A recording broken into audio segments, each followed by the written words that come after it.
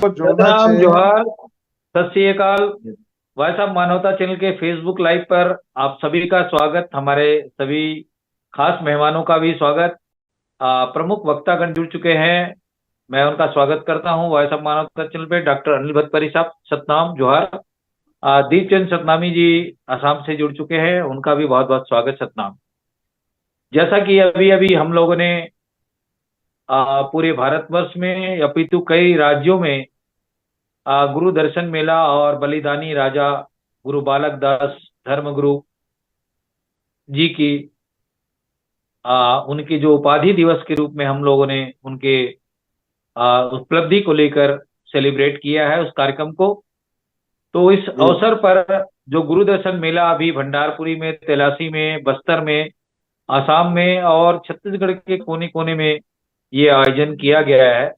और इस बात की जानकारी परिचर्चा के माध्यम से लोगों को देना भी जरूरी है, क्योंकि ऐसे महान गुरु जिनका हमें एक गौरवशाली इतिहास के रूप में गुरु बालक दास जी की जीवन दर्शन को देखा जा सकता है।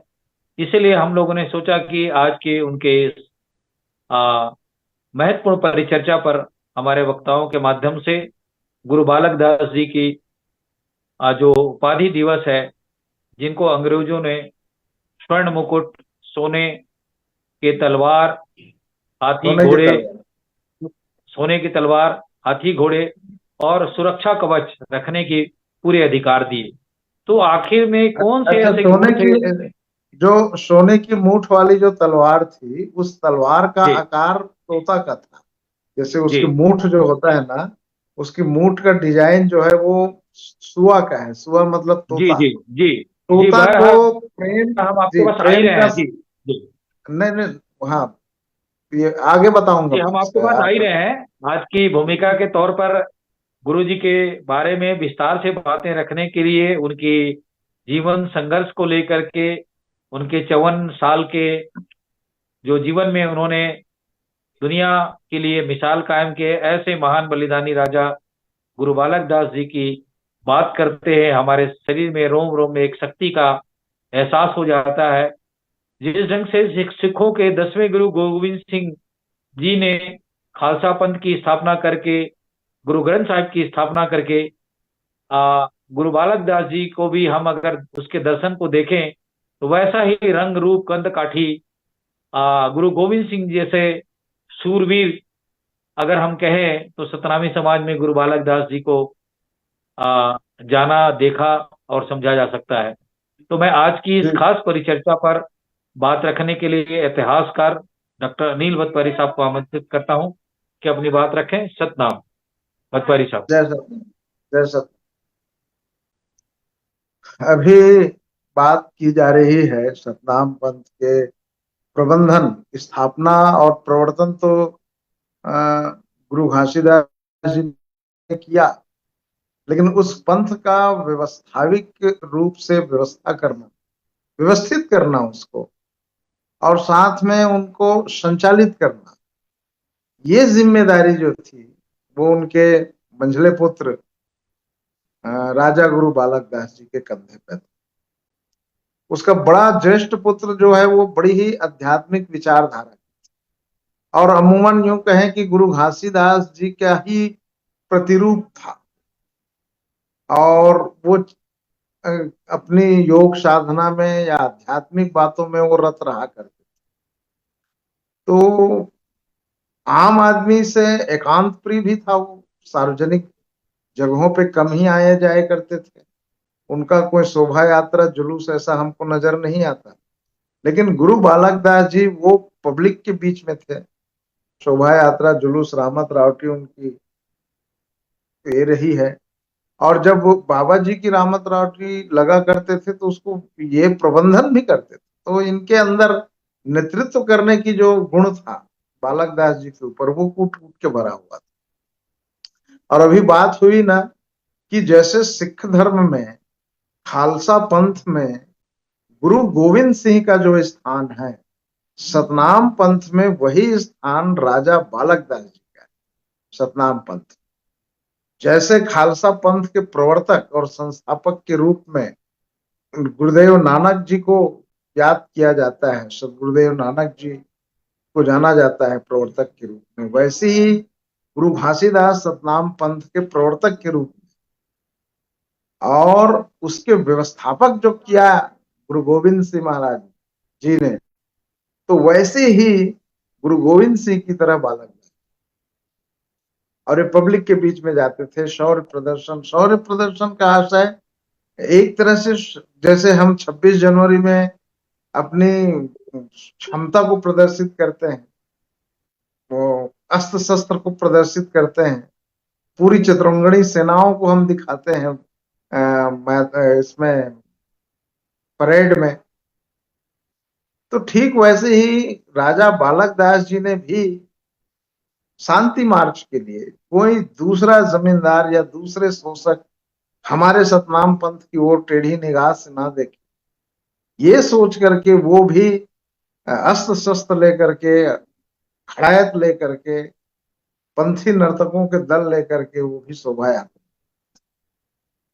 वो दशहरा में शोभा यात्रा तो होता ही था, उनके साथ साथ वो अलग अलग जगहों में जा करके भी वो शोभा यात्रा के रूप में प्रदर्शन करते थे। और उसका कारण यही था कि इन समुदाय को या सतनाम पंथ में जो दीक्षित हो रहे लोगों को निरीह ना समझे, कमजोर ना समझे। तो वो बात थी और इसीलिए समकालीन समय में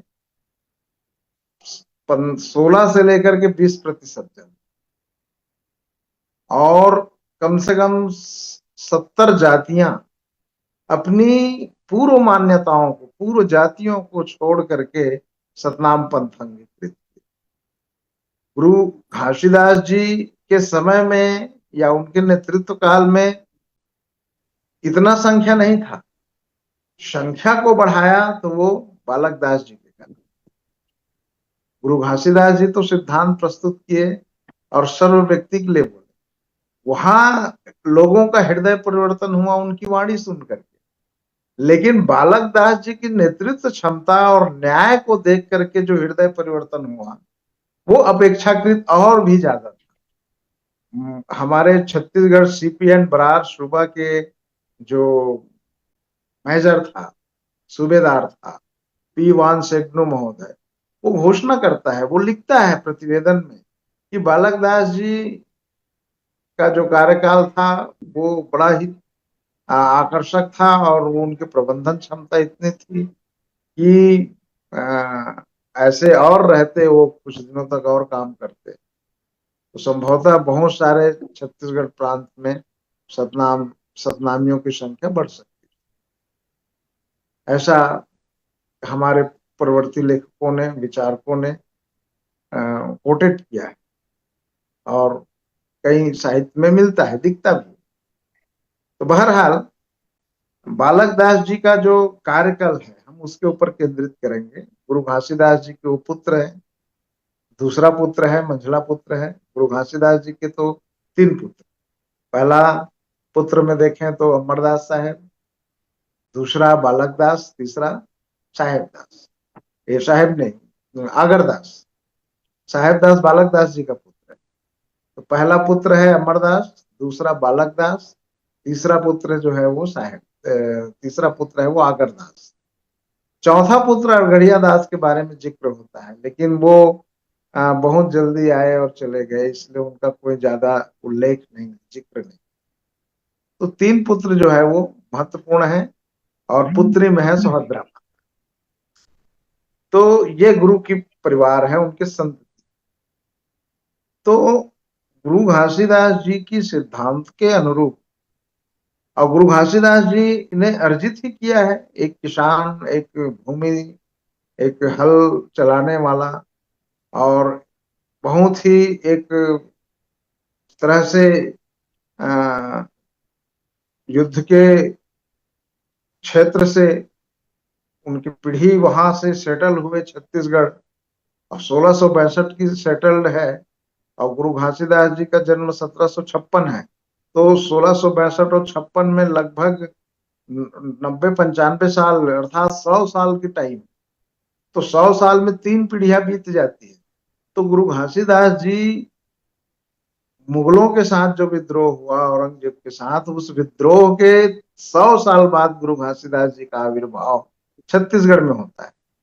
इसलिए 3 पीढ़ियां बीत गई, इसलिए गुरु घासीदास जी की वाणी में और भाषा में आपको हरियाणवीपन नजर नहीं आता, बिल्कुल छत्तीसगढ़िया लगता है उनकी वाणी और ये तो उपदेशों में। लेकिन हम कहते हैं हरियाणा के नारनौल बेल्ट का नहीं होगा।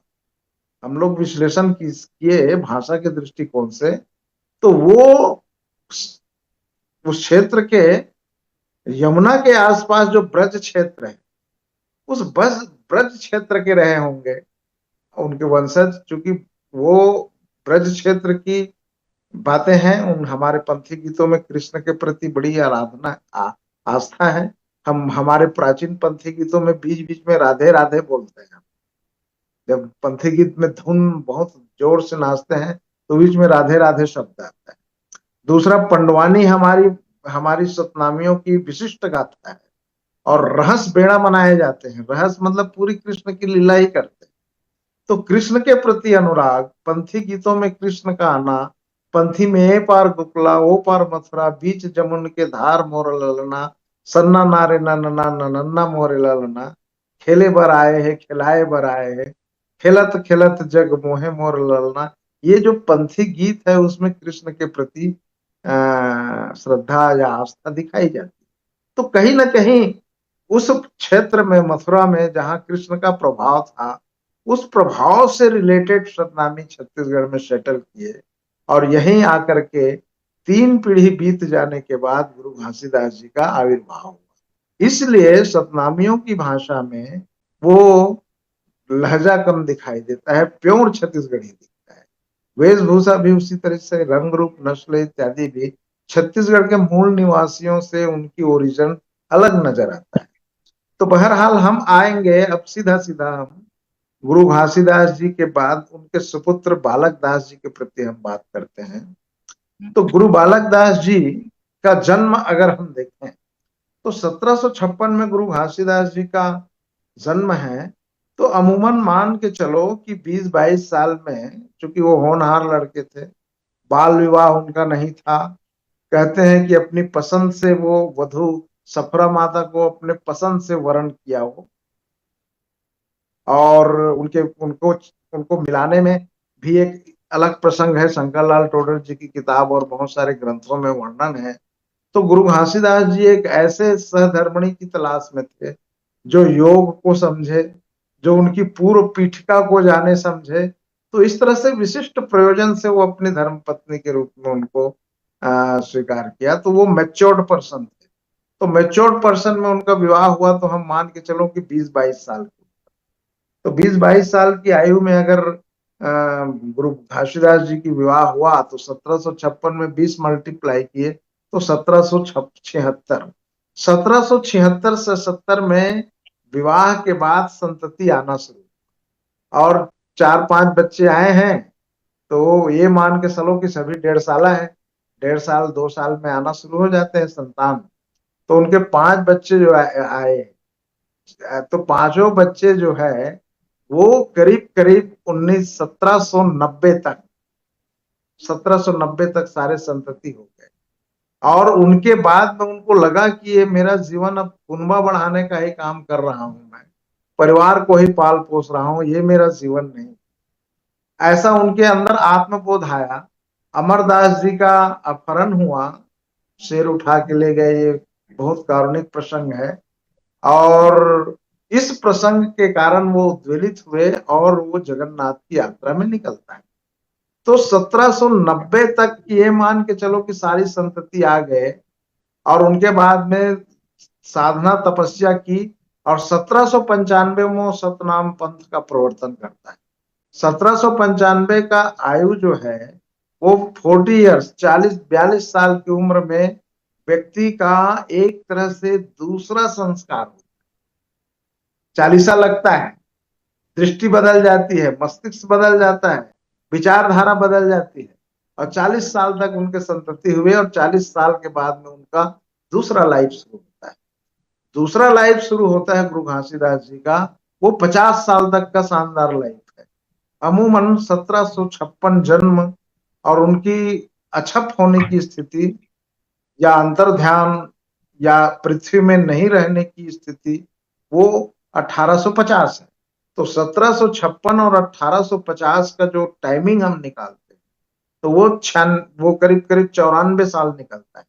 तो 94 साल में 44 साल उम्र घर गृहस्थी का, साधना सिद्धि का, और 50 साल की टाइमिंग जो है सतनाम पंथ को पोषित करने का, पल्लवित करने का, प्रसारित करने का, ये गुरु घासीदास जी का कालखंड है। और मेरी पीएचडी मैं इसी टाइम लेवल से किया।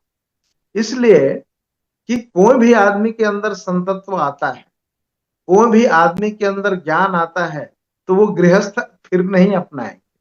तो कुछ विद्वान कहते हैं कि बालक दास जी की जन्म 1801 का है, कुछ लोग कहते हैं कि उनके बाद और संतति आते गए। तो क्या गुरु घासीदास जी सार्वजनिक जीवन में आ गए, संत हो गए, प्रवर्तक हो गए, तो भी संतति थोड़े करेंगे? संतति नहीं, वो एक तरह से साधुता का जीवन जीने लगे। और इसलिए गुरु घासीदास जी 1795 के बाद एक अलग तरह की जिंदगी जिया, और 1795 के पूर्व जो 44-45 साल की आयु ठहरती है, वो एक तरह अलग तरह की जिंदगी। तो ये दो जी टर्निंग पॉइंट। ये बात। अब दूसरा, गुरु घासीदास जी की इस प्रयोजन से अब बहुत तेजी से सतनाम धर्म को अपना रहे लोगों को देख करके अंग्रेजों ने, तब तक गुरु घासीदास साधना सिद्धि लेकर के गिरौदपुरी में आए, और बहुत सारे लोग, राजा रजवाड़े, आसपास के सामंत मिलने लगे। तो आसपास के प्रतिद्वंदियों को, धार्मिक दृष्टि से प्रतिद्वंदियों को ईर्षा भी होने लगा, गुरु घासीदास जी के प्रति द्वेष पैदा हो गए। श्री नारायण के पंडे पुजारियों को, या वो जो विखंडनवाद करते थे, वो जो मूर्ति पूजा के विरोध करते थे, वो जो चमत्कार ढोंग पाखंड का उजागर करता था, तो ये लोग बोले कि ये कौन आ गया, सतनाम सतनाम कर रहा है, ये क्या सतनाम है, हम लोग तो कभी जानते नहीं, भगाओ इनको। तो वो राजा को उकसा करके वहां से निर्वासित करा दिए। मातृभूमि इतना रम्य, इतना सुंदर गिरौदपुरी, जहां उनकी जन्म स्थली है, जहां उन्होंने साधनाएं और सिद्धि की, और जिसके दर्शन करने के लिए दूर दूर से लोग जहां आते थे, उस जगह का परित्याग करना। गुरु घासीदास जी अपने गांव में, घर में नहीं रहते थे, वो सीधा सीधा औरा धौरा तेंदु पेड़ के नीचे रहते थे, और उसी प्रकृति के बीच में रह करके लोगों के कल्याण का काम किया करते। ब्रिटिश गजेटियर में लिखा है कि गुरु घासीदास जी के दर्शन करने के लिए बड़ू दूर दूर से व्यक्ति आते हैं। केवल दर्शन ही नहीं करते, बल्कि वो औषधि चीज देते थे, और लोगों की असाध्य बीमारियों को दूर करते थे। और इसलिए जो अमृत जल है, जो अमृत बनाते थे वो, या जो अमृत कुंड से जल लाते थे, उसे लोग अपने समय में बांस की पोंगरियां बना के ले जाते, क्योंकि उस समय बाटल और शीशी नहीं होते थे। नेचुरल रूप से बांस की लंबी वो होते थे, और उसको छेद दिया जाता था, नीचे प्राकृतिक रूप से कवर रहता था। तो बांस में उस पानी को भर के, अमृत जल को, गंगा जिसको हम अमृत कुंड कहते हैं, उस अमृत कुंड, चरण कुंड के पानी को बांस की पोंगरियों में भर करके दूर दूर तक श्रद्धालु छत्तीसगढ़ से, हर जगह से आया करते थे। छत्तीसगढ़, उड़ीसा, एमपी, सारे जगहों से लोग आते थे और ले जाते थे। तो उनकी इस प्रसिद्धि को देख करके उनको भड़काया गया, और अंततः गुरु घासीदास जी अपनी जन्मस्थली का परित्याग कर छोटे छोटे बाल बच्चों के साथ वो तेलासी में आके शरण लेता है। आने का मार्ग भी है कि कैसे कैसे किस रास्ते से आया। डोंगरीडी घाट क्रॉस किया, छेरकापुर में रहा, अमेरा में रहा, कुब्दा में रहे पलारी के पास, उसके बाद में वो तेलासी गए, और तेलासी के छिंदा पार में रहते थे, किसी के घर में नहीं रहते थे, तालाब के पार एक कुटी बना के रहा करते थे, और वहां असाध्य लोग बीमारियों का इलाज करते थे। आसपास के कई लोग उनको दान दक्षिणा करते थे, और अपने घर शुद्धि करने के लिए और किसी की तरीका से आया करते थे लोग। और उनका महिमा जो है, उनका जो बात, उनकी जो ये लोगों की तकलीफ दूर करना, और उनकी जो वाणी की जो सिद्धि मिली थी, उस वाणी के द्वारा लोगों को आकर्षित करना, ये काम चल ही रहा था। उसी समय उनको सेटल किए गए, तेलासी में सेटल किया गया। धीरे धीरे भूदान देने लगे, संपत्ति दान करने लगे लोग। तो फिर उनके लिए वो तिलासी में रहने लगा।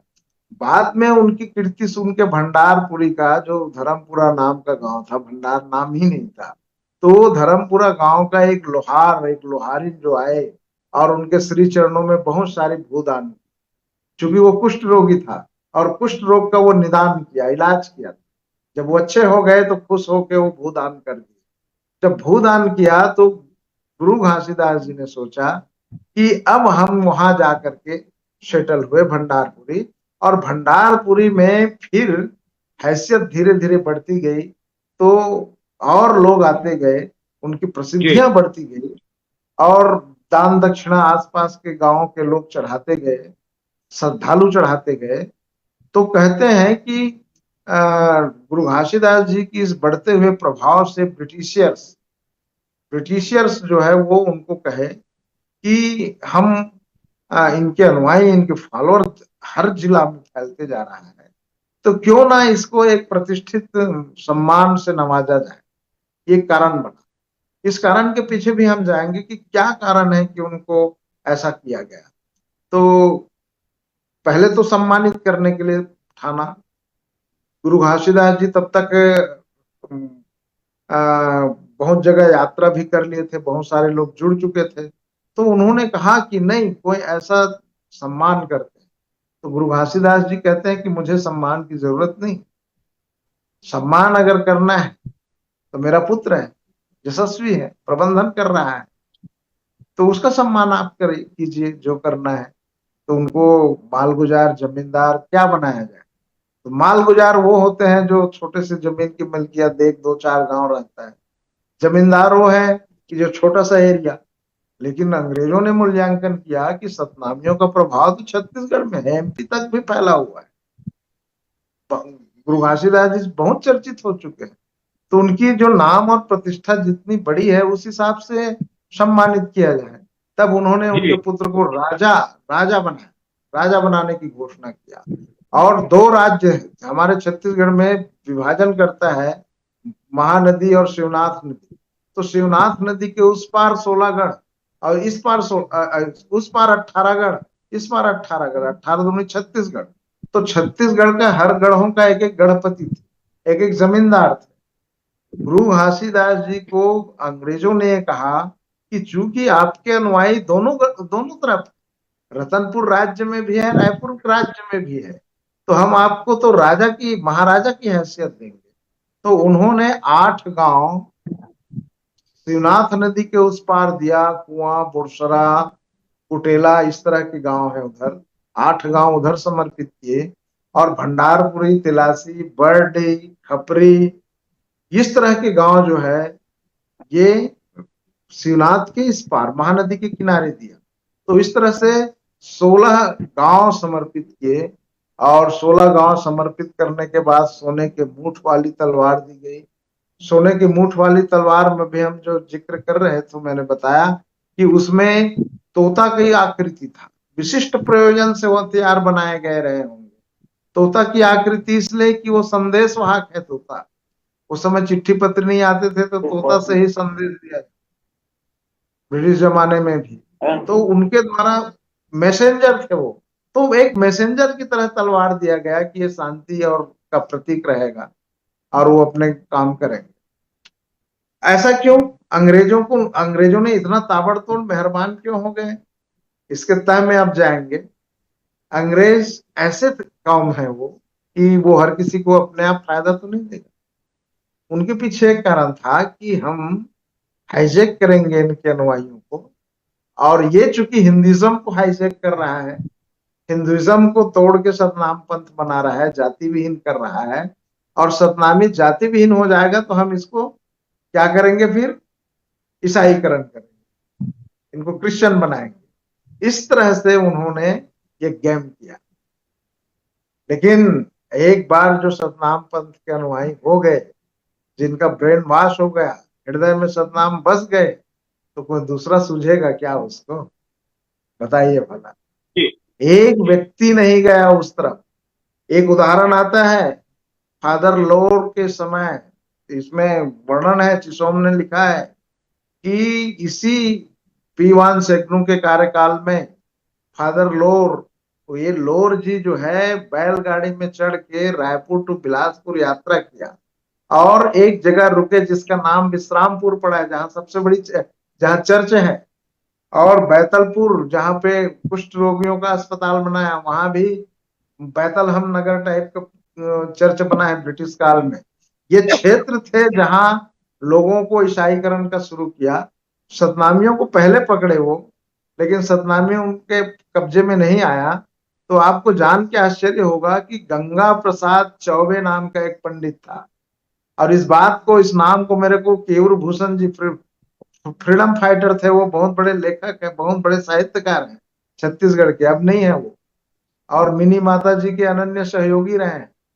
तो वो मुझको एक साक्षात्कार में बताया कि, और मैंने अपने रेफरेंस में, मेरी किताब में भी मैंने दिया है इस नाम को, कि गंगा प्रसाद चौबे जी को उन्होंने फादर के रूप में नियुक्त किया, और फादर में क्रिश्चियन उसको फादरी बनाया, उनको सैलरी दी गई, और उस सैलरी के लालच में आके पंडित जी ने ओबीसी क्लास को, आसपास के, क्योंकि सतनामियों में ब्राह्मणों का चलता भी नहीं था, तो ओबीसी लोगों को उन्होंने, आदिवासियों को उन्होंने कन्वर्ट किया, क्योंकि ओबीसी लोग ब्राह्मणों के प्रति आस्था रखते हैं।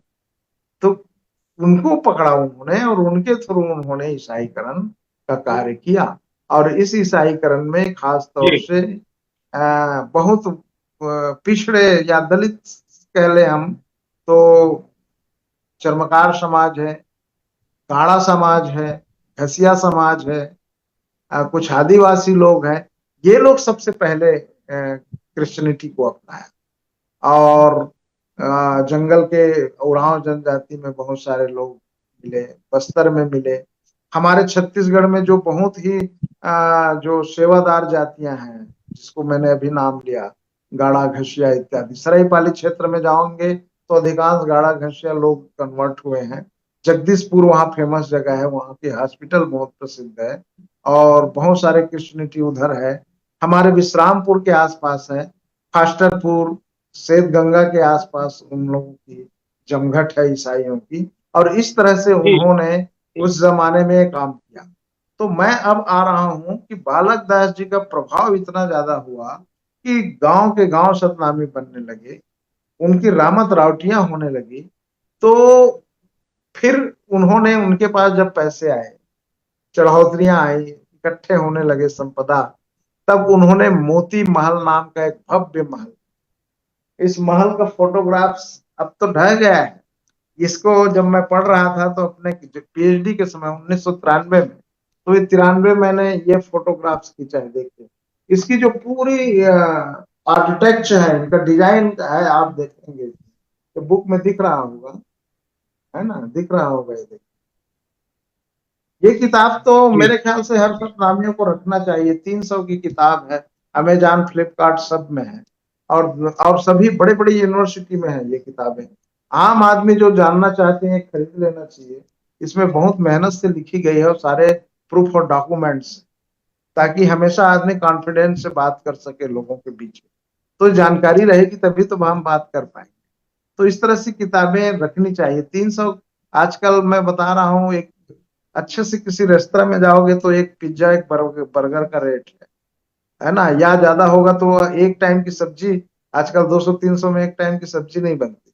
तो इतने में, इतनी चीज में आपको 400-300 पेज, 350, जी 400 पेज की मिलेगा।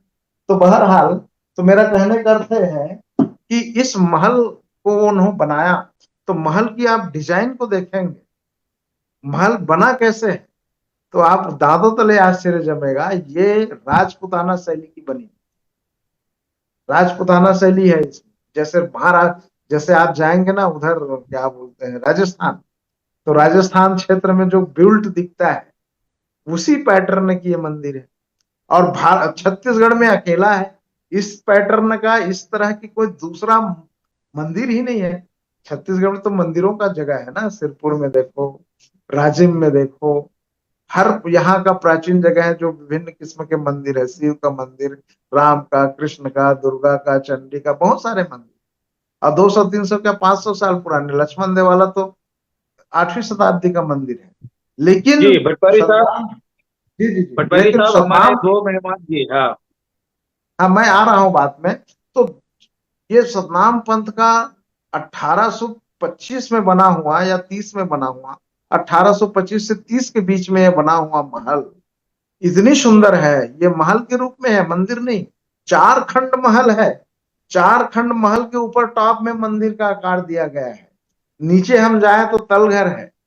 तलघर का अपना अलग महत्व है। बीच में हम जाए तो अलग है। फिर उसके बाद में गुरु आसन लगा हुआ है। फिर एक हॉल है, सभागार है। और उसके टॉप में फिर चौखंडा महल है। 4 खंड महल मतलब क्या साबित कराता है? ये सब देख, जैसे बच्चा गर्भ में रहता है तो वैसी ही तलघर है, जहां साधना और सिद्धि हम करें। उनके बाद दूसरा ज्योत जलते हुए दूसरा तल में हम आते हैं तो गुरु गद्दी और सतनाम ज्योत अखंड ज्योत मिलता है। उसके बाद तीसरे खंड में आए तो पूरी मैदान सभागार मिलता है। और चौथा खंड जो है वो मेल जोल का है, आनंद और उत्सव मनाने का जगह है। और उसके बाद ध्वज चढ़ता है। और मंदिर में भी आप देखेंगे तो 4 कोना है। 4 कोनों में 4 बंदर की आकृति। 4 कोनों में 4 बंदर, जो एक बंदर मुंह बंद किया हुआ है, एक बंदर आंख बंद किया हुआ है, और एक कान बंद किया हुआ है। इसका अर्थ है कि कोई असत ना देखो, असत ना कहो, असत ना सुनो। ये इसका आशय ये है। और ये देखिए, इसका एक विशिष्ट व्याख्या है। और इस व्याख्या में, और ये बिल्ट जो इतना बना है, गांधी जी का जन्म नहीं हुआ, उनके जन्म के पूर्व कालखंड का है। और ये 3 बंदर गांधी जी के बंदर के नाम से जाने जा रहे हैं। जबकि गांधी जी का आगमन 1920 में सतनामियों के बीच में हुआ। और सतनामियों ने जो गोरक्षा आंदोलन चलाया, उनकी पूरी देश भर में चर्चा हुई। जनेऊ कंट्री से उनको सम्मानित किया गया। ऐसे ऐसे ये देखिए, जो ऊपर मंदिर का कलश है, इसमें देखो बंदर के 3 आकार का है। मैं अलग से कभी और दिखा दूंगा। और या स्पेशल इसके ऊपर एक और एपिसोड करेंगे। जो मैं कलरफुल, मैं इसका फोटोग्राफ है मेरे पास, उसको मैं स्पष्ट रूप से दिखेगा। ये अभी नहीं दिख रहा है, और ये मोबाइल में ही मैं रखा हूँ। तो और जी उसको मैं दूसरे मोबाइल में लाके दिखाऊंगा। तो मेरा कहने का अर्थ ये है कि इतनी भव्यता से बनी हुई 3 बंदर, अगर आप असत नहीं सुनो, असत ना देखो, असत ना कहो, तो अंदर आपके सिंह की तरह आत्मबल जगेगा और गर्जना करेगा। चौथे कोना में गरजते हुए शेर। उसके बाद में सर्प का फन है। सर्प का फन बिल्कुल काढ़े हुए। उसके ऊपर सहस्त्र चक्र कमल का एक विशाल कलश है, जिसको गुंबदाकार, जैसे सिखों के गुरुद्वारा का ऊपर गुंबद का हिस्सा होता है, ठीक वैसे ही सहस्त्र चक्र कमल का विराट इसका प्लर है। और उनके बाद में कलश स्थापित है। कलश में एक तरफ इस तरफ और इस तरफ, दोनों तरफ के हिस्सा को देखेंगे तो 7 चक्र है। 7 उसके चिन्ह है। और उनके टॉप में त्रिशूल टाइप का है। तो त्रिशूल नहीं है, वो त्रिशरण है। त्रिशरण का अर्थ होता है प्रज्ञाशील करुणा।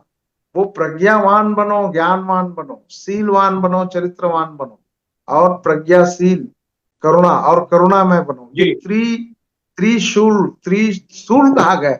शूल मतलब पीड़ा देने वाला, वो शस्त्र हो गया। त्रिशूल मतलब शंकर जी का शस्त्र है, किसी को मारने का काम आता है। और यहाँ त्रिशरण का अर्थ होता है आप गुणवान बनो, आप दयावान बनो, और आप प्रज्ञाशील करुणा। करुणा मतलब दयावान बनो, आप शीलवान चरित्रवान बनो, और आप गुणवान बनो। गुणी भी बनो और चरित्र भी बनो। चरित्र भी रहे, गुण भी रहे, और साथ साथ में आप दयालु रहो। इस भाव को, और उसके बाद में फिर पालो जी चढ़ता है, जैद खान। उसके बाद सफेद झंडा चढ़ता है। तो ये हमारे भंडारपुरी के मोती महल गुरुद्वारा का कॉन्सेप्ट था। और इसके जी ठीक सामने में चांद और सूरज नाम के 2 जोड़ा जैद खान थे। और ये गुरु घासीदास जी अपने जीवन काल में, अपने निर्देशन में, बिल्डिंग एक प्रतीक के रूप में बनी है। उस बिल्डिंग को देख के बिना कुछ कहे लोगों को सतनाम की बातें बता दी जाती। और इस ढंग से जी भव्य बना हुआ था। मैं अपने आंखों में देखा हूं, अपने कैमरा में फोटो खींचा हूं, रखा हूं। लेकिन दुर्भाग्य है कि विगत 30-35 साल से वह भवन जो है, वो ऐतिहासिक भवन जो है, वो ढह चुका है। और ढह जाने के बाद में सतनामी अपनी वास्तविक दर्शन और चीजों को जान नहीं पा रहा है, इसी कारण। और बहुत जी राजनीतिक उठापटक से, पुरातत्व डिपार्टमेंट से, पर्यटन विभाग से, शासन प्रशासन के बहुत सारे झालमेल से आज तक उनका कुछ नहीं हो पाया है। और थोड़ी सी रिलाइज हुई थी फंड, उसका आधा अधूरा ढांचा बना है। और अभी सुनने में आ रहा है कि अभी उनमें 17 करोड़ रुपए की बजट पास हुई है। और उस ऐतिहासिक इमारत की पुनर् मतलब एक तरह से जीर्णोद्धार कहें हम, वो जीर्णोद्धार की व्यवस्था हो जाएगी, ऐसी उम्मीद है। जी और जैसे ही देखो, भंडारपुरी गिरौदपुरी से ज्यादा प्रसिद्ध है। गिरौदपुरी तपोभूमि के नाम से विगत 30-40 साल से जाना जा रहा है। 40 साल, जी 30 साल पहले जब वो जंगल थे, जब वहां के वो कुछ नहीं था, तब ही भंडारपुरी मोती महल गुरुद्वारा ही सतनामियों का प्रमुख आस्था का केंद्र था। और जी यहाँ की रोशनी से पूरा छत्तीसगढ़ जो है वो, और मध्य प्रदेश और सारे जगह आलोकित थे। लेकिन जी दुर्भाग्य भट्टवारी देखिए। साहब, हमारे जी और भी जी जी। मेहमानों की प्रतिक्रिया ले लेते हैं भंडार, मैं हाँ आपको हाँ, रोकना बिल्कुल। चाहूंगा मैं जी। मैं जी बिल्कुल, मैं खत्म करना चाहूंगा। तो वो भंडारपुरी का अवसान जैसे हुआ और इधर गिरौदपुरी बढ़ गए, गिरौदपुरी बढ़ गए तो लोगों का ध्यान भंडारपुरी से हट गया। लेकिन गुरु घासीदास जी ने वहां तपस्या किया, जन्म लिया, लेकिन शेष अपना जीवन जी 40-50 साल का समय जो है भंडारपुरी में काटा। और यहाँ से उन्होंने धर्मोपदेश दिया, सतनाम पंथ को व्यवस्थित किया। जी इसलिए भंडारपुरी का जीर्णोद्धार होना बहुत जरूरी है। और ये जब बनेगा, जी तब और भी लोग जो है वो चमत्कृत होंगे, ऐसी उम्मीद है। जी मुझे आप लोग बोलने का मौका दिए। ये विषय इतना जी बहुत विराट है कि कम शब्दों में समेटा नहीं जा सकता। लेकिन फिर भी जी आप लोग मुझको सुने, इसके लिए धन्यवाद। और मैं जी बाकी बहुत लोगों का शुक्रिया। जी बहुत शुक्रिया अनिल भट्टवारी साहब, हमारे दो मेहमान और हैं, क्योंकि सभी की जी प्रतिक्रिया लेना जरूरी है। जरूर, जरूरी एक है, और जरूरी है। इतिहासकार हैं दुर्गा प्रसाद डहरिया जी। दुर्गा जी जी। प्रसाद डहरिया जी, मुझे लगता है आपका सोने का टाइम हो चुका है, आप हाँ। थोड़ा डिस्टर्ब भी हो रहे हैं, तो मैं चाहूंगा कि आज की इस महत्वपूर्ण परिचर्चा पर, ऐतिहासिक विषय पर हमारी बातें हो रही है, गुरु बालक दास जी की राजा बनने की उनकी उपलब्धि और उनकी शौर्य पर। तो मैं चाहूंगा कि जो आपको जानकारी है आसाम राज्य से, तो हमारे इस मंच पर अपनी विचार साझा कर सकते हैं, थोड़ा समय का ध्यान रखते हुए। जी डहरिया जी। हाँ, आप सब जानला जय सतनाम। जी जय सतनाम। सतनाम। हाँ, मैं कहे बार यही खोजता हूँ जे आज भंडारपुरी जन बालक दास के पीढ़ी पर भूखा मन अभी वहाँ बसवास कर रहा था हमारे गिरधपुरी धाम जैसे। और वहाँ एक धाम धाम तो आप पूर्वे ले चलता हुआ थे, लेकिन हइबो डांगार और अच्छा कुछ देखनीय सरकार पदक्षेप ग्रहण करी से। तो देखिए आज के सरकार और मैं धन्यवाद असम को दियो धन्यवाद ज्ञापन करता हूँ। असम सतनामी समाज को दियो धन्यवाद ज्ञापन करता हूँ। और मोर कहे के बात यही है जे आज हमार अनिल भतवारी सार है हमला बहुत गुरु बालक दास जयंती के बारे में, गुरु घासीदास जयंती के बारे में, हमारे सतनामी समाज के कुछ इतिहास के बारे में बहुत अच्छा से बीतन से की से अच्छा लगी से सुन के। इसने गठन मूलक हिसाब से हमार हमार चर्चा ला आगे बढ़ाला हमारा अच्छा लगते। और तबीयत थोड़ा कन मोर खराब है, हाई प्रेशर खातिर मैं ज्यादा नहीं बोला। जी आसाम से जुड़े ही आपके संग में दीपचंद सतनामी ओहुला कुछ कहे बार कहा। जी और जी बहुत तबीयत थोड़ा शुक्रिया खराब। दुर्गा प्रसाद जी, बहुत शुक्रिया। जी दीपचंद सतनामी जी, जैसा कि अभी पूरे भारत के विभिन्न राज्यों में जहां भी सतनामी है, उन सभी ने गुरु बालक दास जी की इस उपलब्धि पर कार्यक्रम सेलिब्रेट किया है। आसाम में भी मुझे जानकारी मिली है कि वहां भी सतनामी भाइयों ने गुरु जी के इस शौर्य दिवस पर आप लोगों ने कार्यक्रम किया है। तो मैं चाहूंगा कि वहां से भी विचार साझी करें। दीपचंद सतनामी जी, अपनी आवाज को म्यूट करें। दीपचंद जी, मोबाइल से अपनी आवाज खोलें। हेलो। हाँ हेलो। जी, सुनाई नवदीप दे रहा भैया। है, अपनी बात रखें। हाँ तो मैं जिला से संत पंथ गुरु घासीदास के विषय में अमरदास विषय में कही से और इतिहास हमन के लिए गोटे विश्व में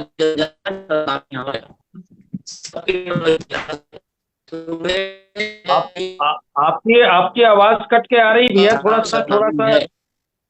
आप नेटवर्क की जगह में थोड़ा सा मतलब देख लें, नेटवर्क थोड़ा सा गड़बड़, आवाज ठीक नहीं आ रही। मतलब जी ये जी। हाँ, फार्वर्ड आवाज थोड़ा थोड़ा फंस डिस्टर्ब। रही है।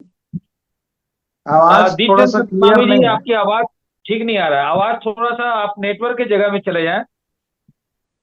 नेट थोड़ा डिस्टर्ब तो नेटवर्क के में देख नेटवर्क में आवाज पूरा नेट क्लियर। प्रॉब्लम है। बारिश बारिश जैसे आवत है ना समय। अच्छा अच्छा, उधर बारिश हो रही है, मौसम ठीक हाँ, नहीं बारिश है। भी हो हाँ रहा है। हमारा बारिश। नौगांव में भी बारिश हो रहा है। हाँ पूरा हवा हवा हाँ। हवा पानी आगे है। अच्छा चलिए, अभी ठीक है, सुना अभी दे रहे हो? आवाज ठीक हो गई है जी, अपनी बात रखें। तो असम में हम जो सतनामी हम लोग हैं, तो ये सतनामी तो छत्तीसगढ़ से आए हैं ना। तो हम्म। छत्तीसगढ़ से आए हैं तो ये लोग अपने साथ सतनाम धर्म का जो पंथ है, बाबा घासीदास के जो चलाए हुए पंथ, वो अपने साथ में लेकर आए थे।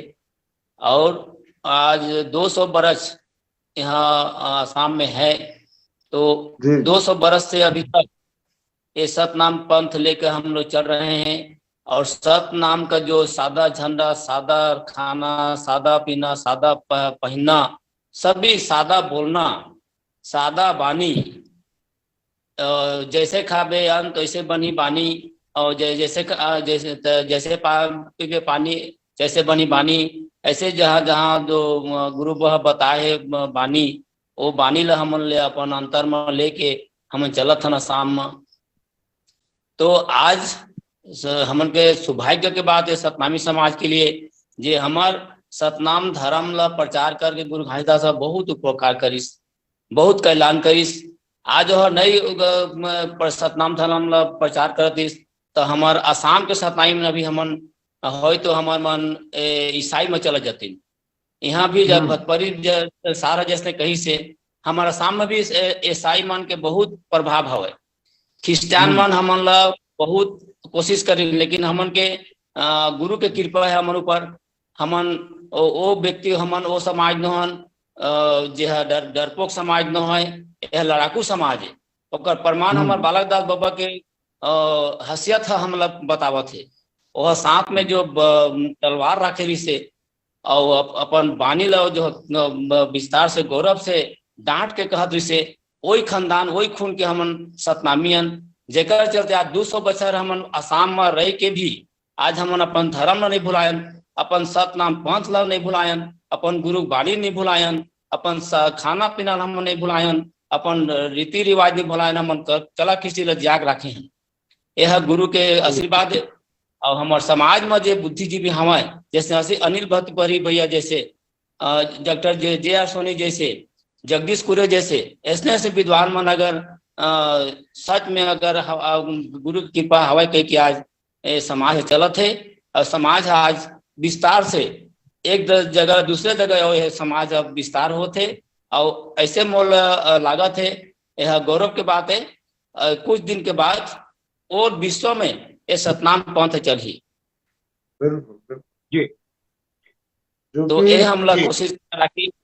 और एक बात मैं कहे खोजत हूँ कि जैसे सिख धर्म में हवा गुरु नानक जी है जे बताए है, गुरु नानक जी के जे वंशवाली है, ओ मन के जे प्रथा है, ओ मन जैसे अपन गुरु मन अपन रक्षा के लिए तलवार रखत रही, अपन बाल नहीं कटवाते रही। ठीक उसी तरह हमारे गुरु परिवार में भी हम देखो पथन, तो ऐसे लगते कि हमन सिख धर्म और हमारे गुरु परिवार के में कोनो डिफरेंस नहीं देखो मिलत। एक सतनाम लोग माथे हमन एक सतनाम मानथन। हमन के खान पान और हमन के रीति रिवाज कला कृष्टि है ओमन सब मिलत। तो ऐसे लागते हमन एके बंसवाड़ी ऐसे लागते मोला, मोर के अनुभव, मोर व्यक्तिगत अनुभव। जी दीपचंद जी, मैं इस पर पंजाबी के दीपचंद जी मैं इस पर एक विषय जोड़ना चाहूंगा कि मैं भी हाँ एक भैया। सौभाग्यशाली हूँ कि जो 550वीं साला गुरु पर्व मनाया गया था आनंदपुर साहिब में, और गुरु हाँ तेग हाँ बहादुर जी के साथ में जो दो दो शहीद हुए थे, उनका नाम भूल हाँ जा रहा हूं हाँ। मैं। तो वो लोग सतनामी हम्म। थे, और सतनामियों के जो आ, पुरातन इतिहास है वो हमारे अमेरिका के जो एक सिख हैं, जसबीर भाटिया साहब, अच्छा। उनके पास में पूरा बायोडाटा है। और बहुत सालों से अच्छा। गुरु जी के साथ में जो सतनामी थे उत्तर भारत में सतनामी, उस समय वीरभान संत वीरभान उदादास जी जो रहा करते थे, जो वहां से पवित्र दास के परिवार जी से ही मांगू दास मेदिनी दास का परिवार का जुड़ा हुआ है, और उनके पुरखे जो है गुरु तेग बहादुर जी के साथ में थे। तो उनका जो जी नाम जी। आता है अभी याद आ गया मेरे को, मती दास और सती दास। उस समय के उत्तर भारत के सतनामी हाँ लोग हाँ। दास लिखा करते थे। तो मतीदास सतीदास को हम्म। औरंगजेब ने डराने के लिए, जो उसके साथी थे, जी उनको एक को आरे से चीर के मार दिया गुरु तेग बहादुर के समक्ष डराने के लिए, और एक जी। गर्म तेल में उबाल के मार दिया। तो ये दोनों भाई थे जो गुरु बालदास जी के जो साथी थे, सरहद और जोधाई। वैसे ही जी। सतीदास और मतीदास दो बहादुर उनके अंगरक्षक अंगरक्षक। थे। उनकी उनकी हम्म। भी शहादत वहां पे हुई। तो जी जी। उत्तर भारत के जो हमारे प्रोफेसर इतिहासकार हैं, जिनका हमारे गूगल में आप मेरा 1672 का इतिहास है सतनामी विद्रोह का, हम्म। उसमें उन्होंने जी। जिक्र किया है, वो प्रोफेसर राजेश रांझा है। उन्होंने कहा कि हम्म। जब गुरु तेग बहादुर की जो शहादत हुई, उस समय उसकी शीश को उठा के ले जाने वाले सतनामी थे, सतनामी थे और हाँ। वो लोग सतनामी थे, और गुरु जी के शीश को उठा करके आनंदपुर साहिब ले गए। तो हम्म। इसलिए उन लोग क्या है कि सतनामियों को अपने आ, भाई का दर्जा दिए हैं लोग, सतनामियों को भाई जी का दर्जा। तो भाई का जी जो जी। दर्जा होता है वो अपने से बड़ा होता है। हम्म। तो इसलिए गुरु गुरु से भी ज्यादा भाई का दर्जा उन्होंने दिया है। ये बातें हमारे सिख समाज के बुद्धिजीवी ने कहा। और जितने भी जी भारत जी। में सतनाम के मानने साध वाले लोगों लोग हैं, का भी साध लोगों का भी सिख पंथ में जी बहुत आदर है। जी, साध तो हो सतनामी इसलिए हो, वो भी उनको बहुत चाहते ऊंचा हैं। मानते हैं। इसलिए जहां जहां भी सतनामी, अगर आप पंजाब में जाएंगे सतनामियों को, तो वो गले से लगाते हैं कि आप हमारे लगाते बिछड़े हैं। हुए भाई हैं। और वो जी भी भैया। चाहते हैं कि सतनामी, जो सतनाम लेवा सतनामी है, वो हमारे गुरु के भाई है। और इसीलिए गुरु गोविंद सिंह जी ने गले से लगाकर गुरु के बेटे रंगरेटे का नाम दिया था, और वो सतनामियों को नाम दिया था गुरु के बेटे हम्म। रंगरेटे। तो ये इतिहास की बातें हैं, पर बहरहाल इस पर आने वाले समय में हम सिखों को बुला करके, जो बुद्धिजीवी इतिहासकार हैं, बुला करके फिर से चर्चा करेंगे। तो बहुत अच्छा लगा कि कम से कम इस पर आपने एक विचार के रूप में साझी किए। और गुरु तेग बहादुर साहब जी आसाम की भी यात्रा किए थे, और वहां से आसाम की यात्रा आने के बाद में पटना में गुरु गोविंद सिंह जी की गुरु गोविंद सिंह साहब का जन्म हुआ था। तो ये इतिहास बहुत महत्वपूर्ण है। तो मैं चाहूंगा कि इस पर आपने बहुत अच्छी बातों को रखने की कोशिश की। जी दीपचंद जी, बात आगे बातें पूरी कर सकते हैं। तो अभी बात हो गया कि हमारे जो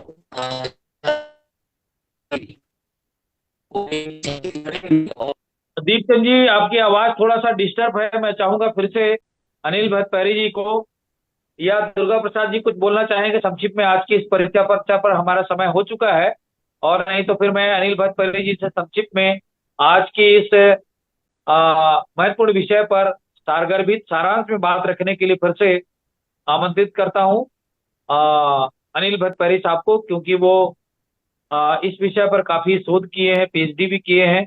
तो संक्षिप्त में अपनी बात रखेंगे। हमारा समय 8 बज के 30 मिनट हो चुका है। जी मतलब तो जी दीपचंद जी हमारे पूरा करें और अपनी बात। धैर्य जी कुछ बोलना चाह रहे हैं। हाँ, मैं एक ही बात कह खोजा था जी जो आज हमार जो चर्चा रही से राजा गुरु बालक दास ओखर विषय जी में बहुत वृत्तांत से आलोचना करे हो। और जो अब जी राजा के बात कह करा था तो राजा के विषय में ज्यादा बात कर लगे और हम अगर आदि अंत लेके बार सब लोग यदि खिचड़ी बना खोजबो तो वो ठीक न है। कारण हाँ एक ही वस्तु के सिद्धांत से अच्छा से ओला प्रचलित करके अच्छा से जी ओखर जी कोनो जी इतिहास ला सब समाजो जब एक रिकॉर्डिंग रही तो समाजो सुनही तो मैं जाते समाज है इसे कुछ ज्ञान पावाए एक यही हिसाब से आलोचना करे लगा बाकी विशेष जी नहीं। गुरु नानकदास राजा रही से तो राजा ऐसे नहीं बनी से हमार शक्ति से हमन के और छीन के ले रहे तभी हमन और राजा पाए हन। और हमारा वंश में एक यहाँ राजा रही से आज हम राजा खानदानी हन ऐसे हमन गौरव अनुभव करथन। आज डिप्टन सतनामी हा थोड़ा अपन मंतव्य कही से आज हमन असम के सतनामी मन छत्तीसगढ़ के आन हाँ ये सच बात है जे हमार पूर्वज छत्तीसगढ़ के लेकिन आप मन के हम जो चर्चा होते ओमा अपन एला देखाल खोज था जे छत्तीसगढ़ के सतनामी में छत्तीसगढ़ के नो है बाहर लाए हैं तो अगर छत्तीसगढ़ के सतनामी में छत्तीसगढ़ के नो है तो छत्तीसगढ़ का ओरिजिनल बासिंदा तो नहीं कहा ही तो ओरिजिनल ऐसे खोजत जाबो तो हमन ऐसे हमन वो स्टेट ले धरत रेबो तो हमन के अदूर भविष्य में हमारे इतिहासो पंगु है हम इतिहास ला पंगु बनाबो ऐसा है एक ही मंतव्य दिखते नहीं गतिके हमन ऐसा जी जी ऐसे जी आप ऐसे जैसा घोषणा कर जी लगा जी जैसे हमन आदिम आदिमन हमन है जैसे असम में आज हमन आदिवासी कहाथन बा असम के इतिहास में हमन कहे है हमन भले छत्तीसगढ़ के कहथन छत्तीसगढ़ को सतनामियों यदि छत्तीसगढ़ के न है तो मन केहू हरियाणा के पंजाब के पंजाब में हम जाके देखो हमारे संग में जितना कन मिले लगा उतना कन नहीं मिला है कारण भाषा से संस्कृति से कल्चर से नहीं मिला है। हाँ हमन ये जैसे देश है उसे भेष वैसे सतनामी बहुत समाज के हवा जैसे उदादास के पंथ हवा जगजीवन साहब के पंथ है बिरभान के पंथ हवा घासीदास बाबा का पंथ है आज हमन घासीदास करनो जाइए इसलिए अपन गुरु ऐसा सिस्टम ऐसा चर्चा करे लगा है जैसे कि हमरो सम्मान में आघात नहीं हुआ ये हिसाब से रखे लगा है और जी जी हमन जी गौरव बिल्कुल। अनुभव करथन हमन गौरव अनुभव एक करथन जे आज मिनट हमन असल में हमन के देखिए।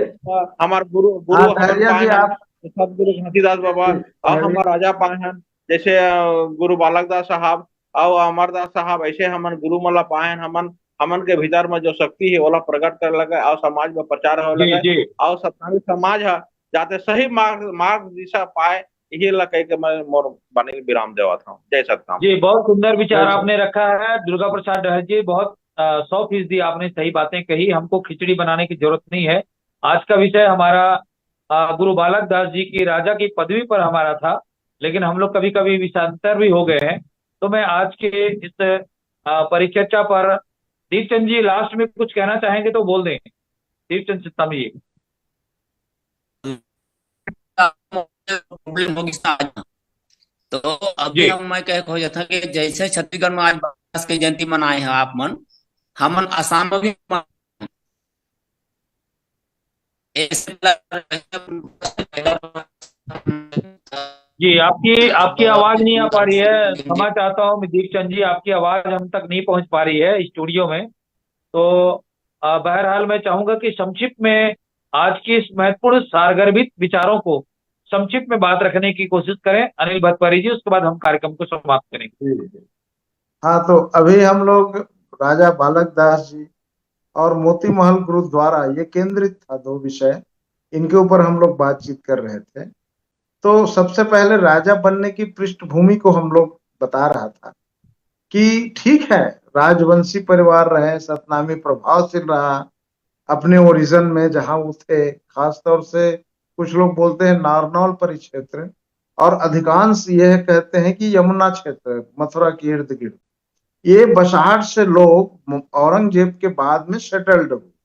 क्योंकि औरंगजेब ने 3 बार आक्रमण किया सतनामियों के साथ, इतिहास प्रसिद्ध विद्रोह है, और 3 बार के आक्रमण में हजारों सतनामी कत्लेआम हो गए। एक युद्ध में तो 5,000 का जिक्र है, एक जगह 2,000 की है और एक जगह 1500-1600।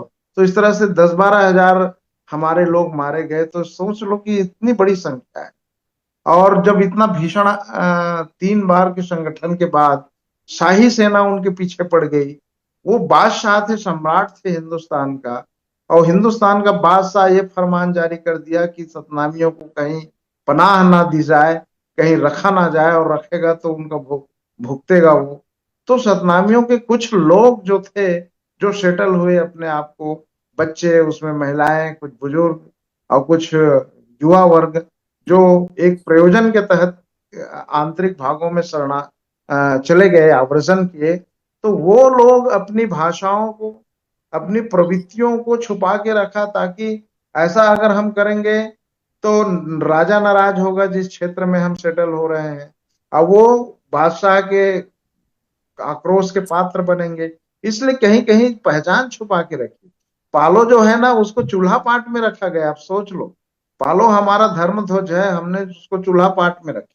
थोड़ी सी हम में साहस आई तो हमने आंगन में रखा, और जब राजा रजवाड़े बन गए, हमारे लोग पढ़ लिख के सक्षम हुए, तो 1938 के बाद गांव गांव के गली में जैत खाम गढ़ाए। तो इस तरह से सतनाम को हमने संरक्षित किया। अब रही जी बात रायपुर छत्तीसगढ़ की ओरिजिन की, तो पूरे के पूरे वहां से सेटल थोड़े हुए हैं, वहां से कुछ लोग आए, उसी परिवार में गुरु घासीदास जी का आविर्भाव हुआ, और यहाँ के लोकल मूल वासिंदे जो सतनामी रहे हैं पहले से, या अन्य जाति के रहे, कोई तेली होगा, कोई कुर्मी होगा, कोई नाई होगा, कोई धोबी होगा, कोई ब्राह्मण भी होगा। मनोहर दास नरसिंह की, आपके बांसबेरा के ही रहने वाले महाकवि की लाइन देखिए कि ब्राह्मण बनिया क्षत्रिय चारों वर्ण के लोग, टोरिन अपन जात भेद बनिन सतनामी लोग। तो सतनामी बने सारे धर्म और अपने पूर्व वर्णों को छोड़ के, जातियों को छोड़ करके बाबा जी के शरण में सतनामी बने। तो जो सतनामी बने वो तो मूल छत्तीसगढ़िया थे, वो यहीं के रहने वाले लोग थे। लेकिन वहां से जो लोग आए थे, सतनाम अपने साथ लेके आए, और ये लोग जो देवता थे, आज भी जवारा बोलने वाले सतनामी मिलेंगे, आज भी ठाकुर देवता को मानने वाले मिलेंगे, आज भी नवाखाई, कल दशहरा के दिन, नवमी के दिन नवाखाई होते हैं। कुछ सतनामी मेरे को मिले, यहाँ हमारा प्रोग्राम हो रहा था गुरुगद्दी पूजा महोत्सव अमलीडी में, तो उसमें कुछ लोग बोले भैया आज नवमी, आज हम नवाखाई खाओ। तो नवाखाई क्या है जी सतनामियों का? तो वो बोलते हैं कि नया जो चावल आएगा उसको हम चढ़ाएंगे। कुल देवता क्या है आपका? तो वो शंकर बोलते। तो कहने का अर्थ ये है कि सतनामी लोग पहले या तो तेली रहे, नाई रहे, धोबी रहे, पनका रहे, चर्मकार भी हो सकता है, अनेक कई जातियां हैं। वो सारे जातियां, अभी मैंने बताया ना 70 जातियां, 70 जातियां अपनी मूल जातियों को छोड़ के सतनामी बने। तो वो तो लोकल वहीं के है ना, हम सब लोग तो लोकल है। अब मेरा भट्टपहरी जी ग्रोथ है, भट्टपहरी ग्रोथ, तो मैं तो सिरपुर के पास रहने वाला हूँ, मेरे गांव 5 गांव है। तो भट्टपहरी ग्रोथ जो है, वो भट्टपहरी शब्द तो बिल्कुल वो उस जमाने का है, बुद्धकालीन है। तो हम लोग तो बुद्धकालीन बुद्ध नरेश, और वहां के जो विहार थे, वहां के जो राजमहल थे, उस राजमहल के हम लोग सेवक रहे हैं, हमारे वंशज। और भट्ट प्रहरी का अर्थ है ये होता है कि जो पहरेदार का काम करे, जो सुरक्षा के काम करे, तो सुरक्षा अधिकारी रहे। जी अब गुरु घासीदास जी, सुनिए, गुरु घासीदास जी आया, कहाँ आया? भंडारपुरी तिलासी में आए, तो वही पास में मेरा गांव जुनवानी है। तो जुनवानी के जितने भट्टपहरी थे, बाबा जी के चरण में जाके सतनामी बन गए। तो हम लोग तो पहले से सतनामी नहीं थे, बाबा जी के प्रभाव से हमारे पुरखे लोग छठवीं जी मतलब जी 7वें 8वें वंशज लोग सतनामी बने। तो इस तरह जी से हम लोग तो वहीं के रहने वाले थे, सिरपुर कालीन रहे हैं, मतलब हम 6वीं शताब्दी से रह रहे हैं। विगत 1200 साल से हम उस गांव में रह रहे हैं। मेरा गांव प्राचीन गांव है, बारह सारांश सौ में बात साल रखिए पुराना सर, गांव है। जी जी जी। संक्षिप्त तो में मेरा बात रखिए कहने सर। का, जी हाँ, तो मेरा कहने का अर्थ ये है कि ओरिजिन सतनामी, सतनाम कॉन्सेप्ट, उनकी सिद्धांत कहीं से भी आया हो, उस पुरखे में गुरु घासीदास जी का जन्म हुआ 300 साल बाद। और गुरु घासीदास जी ने सतनाम को लेकर के जो जन जागरण किया, आंदोलन कहते हैं कि लोग, सतनाम आंदोलन भी नहीं है, उनके बारे में भी हम बात करेंगे। सतनाम एक अंतःकरण की जागरण है, और सतनामियों का आंदोलन होता है, सतनाम आंदोलन नहीं होता, हिंदू आंदोलन नहीं होता, इस्लाम आंदोलन नहीं होता, बौद्ध आंदोलन नहीं होता। बौद्धों का आंदोलन, हिंदुओं का आंदोलन, सतनामियों का आंदोलन, ये आपको समझना पड़ेगा। लेकिन हमारे कुछ तथाकथित लेखक, कुछ तथाकथित लोग सतनाम को, जो पंथ है, सतनाम जो अध्यात्म का रास्ता है, उसको आंदोलन कह के इसका महिमा, इनको सत्यानाश कर देते हैं। जानते जी कुछ नहीं है, भाषा विज्ञान और उनके शब्दार्थ को नहीं जानते और कुछ के कुछ बोलते रहते हैं।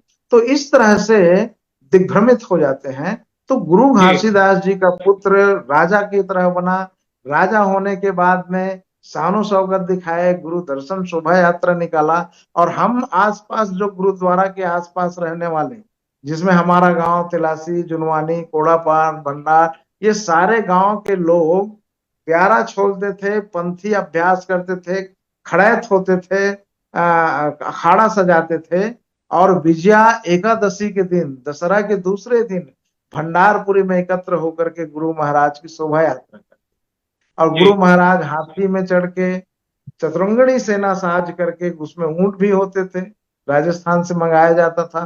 राधा माता कौन है? चितेर कन्या है, राजस्थानी कन्या है, महल बनाने आए थे, एक से एक डिजाइन छका हुआ है, तो छकने वाले को चितेर कहा जाता है।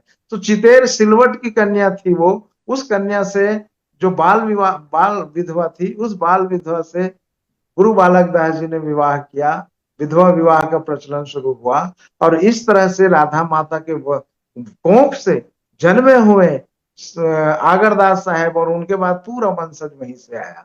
तो कहने का जी अर्थ यह है कि उस बिल्ट को, उस परंपरा को हमको समझना पड़ेगा, और जी जी ईसाई की तरफ नहीं गया, ईसाई की तरफ नहीं बने तो अंग्रेज दुश्मनी ठाने, और अंततः 1860 में उसी बालक दास जी की मिल करके षड्यंत्र पूर्वक उनकी हत्या भी करा दी गई।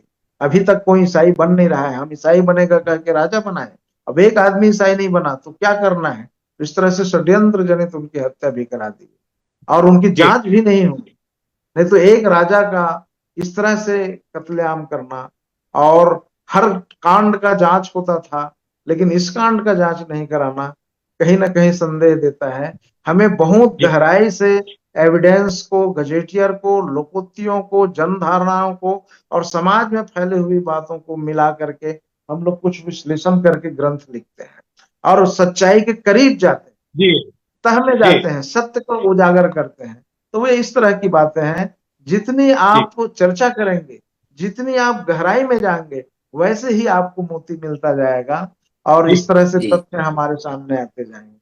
आप सब जी लोग बहुत बधाई के पात्र, इस तरह की आयोजन करते हैं, जी बातचीत करते हैं, और कुछ मन में भ्रम रहता है, कुछ सुनी सुनाई बातें रहती है, वो सुन करके इस तरह से चर्चा करके वो दूर होता है। कुछ विद्वान तो ये भी कहते हैं कि सतनामियों को 3 लाख से ऊपर आसाम में सेटल है, और बहुत सारे सतनामियों को उठा के ले जाते थे अंग्रेज। हो सकता है ये भी एक कारण हो कि सतनामियों की संख्या यहाँ बढ़ रही है। हम ईसाई बनाएंगे सोचे, बनाने तो 1820 और 30 के बाद में सेटल करना शुरू कर दिए। तो ये सतनामियों को पकड़ पकड़ के दूर आसाम काला पानी भेज दिए, ये भी एक हो सकता है, ताकि उनकी संख्या ना जी बढ़े। ये भी एक कारण हो सकता है। जी इस बहरहाल मुद्दे पर भी जी आज हमको का बात करनी। हमारा जी जी बहुत जी शुक्रिया डॉक्टर अनिल भतपरी साहब, दुर्गा प्रसाद डहरिया जी, दीपचंद सतनामी जी। आज के इस खास परिचर्चा पर गुरु बालक दास जी की उपाधि और उन्हें जो सम्मानित किया गया, उनके सूरवीर के संदर्भ में विस्तार से बातें इस पटल पर हुई हैं। मैं डॉक्टर अनिल भतपरी साहब को, इतिहासकार और दुर्गा प्रसाद और डहरिया जी का। गुरुद्वारा के आसपास मैं बता दूं, भंडारपुरी गुरुद्वारा के आसपास 7-8 गांव में 200 साल से शोभा यात्रा चल रही है, अखाड़ा सज रहा है, पंथी सजाए गाए जी जा रहे हैं। पंथी और अखाड़ा सजाने के लिए एकम एकम से, मतलब कुंवर एकम से लेके 10वीं तक गांव गांव में गुरुआसन पूजा करके सीखते हैं, और खड़ा और पंथी सीख करके 11वें दिन जाकर के वहां प्रदर्शन जी करते हैं। तो ये परंपरा रही है, और इसी जी परंपरा का आजकल सर्वत्र विकास हो रहा है। अब सात जी सात दिन 10 दिन का उत्सव है। अब सतनामियों का ये 10 दिन का उत्सव, गुरु दर्शन मेला सतनामियों का पहला उत्सव, गुरु घासीदास जयंती, बालक दास जयंती ये तो बाद में आया, गुरु है ना। लेकिन ये शोभा यात्रा, ये खड़ायत, ये पंथी नृत्य, ये सार्वजनिक कलाएं और प्रदर्शन, जी ये सतनाम पंथ की 200 साल पुरानी प्रथा है, जो जी निरंतर चला आ रहा बहुत है। बहुत इनके शुक्रिया ऊपर आज की इनके इस ऊपर हम परिचर्चा सबको पर। गर्व करना जी चाहिए। जी, बहुत बहुत शुक्रिया आप सभी मेहमानों का, और आज के इस कार्यक्रम आयोजक मेघराज सिंह जी का, जसवीर भाटिया साहब का, जो हमें हफ्ते में 3 दिन अपने इतिहास के संदर्भ में लाइव प्रोग्राम करने का अवसर देते हैं, उसके लिए भी उनका हम बहुत बहुत धन्यवाद। और बहुत दर्शकों बहुत से गुजारिश धन्यवाद। करेंगे कि आज के इस महत्वपूर्ण विषय पर जो परिचर्चा जी हुई है, जिसमें हमारे असम के 2 साथी जुड़े, इतिहासकार अनिल भतपरी साहब ने इस विषय पर अपनी राय और प्रतिक्रिया से हमें अवगत कराएं, और आने वाले समय में हम फिर से इस विषय को विस्तार से लेके जाएंगे, और हम परसों फिर से आसाम की महिलाओं के बारे में, वहाँ की सामाजिक स्थिति के बारे में, वहाँ के जी महिलाओं जी, को, वहाँ के बेटियों को हम आमंत्रित करेंगे। तो इस बात का बिल्कुल। ख्याल रखेंगे, कल को छोड़ करके गुरुवार का 8:30 बजे का समय रहेगा। तो दीपचंद ठीक सतनामी ठीक। जी और दुर्गा जी को मैं बोलता हूँ कि वहाँ के जो बुद्धिजीवी हमारी महिलाएं हैं, माता समाज है, बेटियां हैं, उनको आमंत्रित करें, और वहाँ की सामाजिक स्थिति पर, धार्मिक स्थिति पर, सांस्कृतिक स्थिति पर चर्चा होगी। तो मैं आज के इस कार्यक्रम को समाप्त करने से पहले तीनों मेहमानों का, दीपचंद जी का, दुर्गा प्रसाद जी का, और खासकर अनिल भतपरी साहब का, जो इस कार्यक्रम को हर बस। हमेशा संपूर्ण जय करने में उनका योगदान रहता है, तो सभी मेहमानों का बहुत बहुत धन्यवाद। सतनाम जय जोहार, सत श्री जय अकाल, सतनाम। शुक्रिया, धन्यवाद।